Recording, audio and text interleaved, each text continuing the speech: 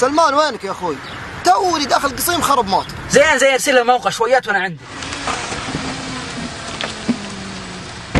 يا اخي ايش بلا موتارك؟ ما قلنا لك بعو ارتاح يا ابن الحلال والله حسها تصكني عيب ذا الموتر. لان ابو بريسك مزين هالكسره من بحسدك عاليه. ومكتوبه لاهل الهلوكس اللي خذوا قلبي.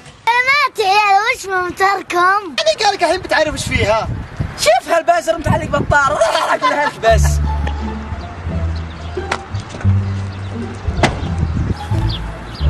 شو عندك تناظر انت يا؟ روح اركب الموتر اذا قال لك شغل. انت ما تغير زيت موترك احمد ربك ما خبطت عليه. والله يا اخوك ما ادري عنها. بالك ما تدري زين قعدت بيت امك يا زيلك. شغل انت الثاني بعد. مشكور يعطيك العافيه. والله طعمهم سهل. ما ابزر يصير معهم سيارات.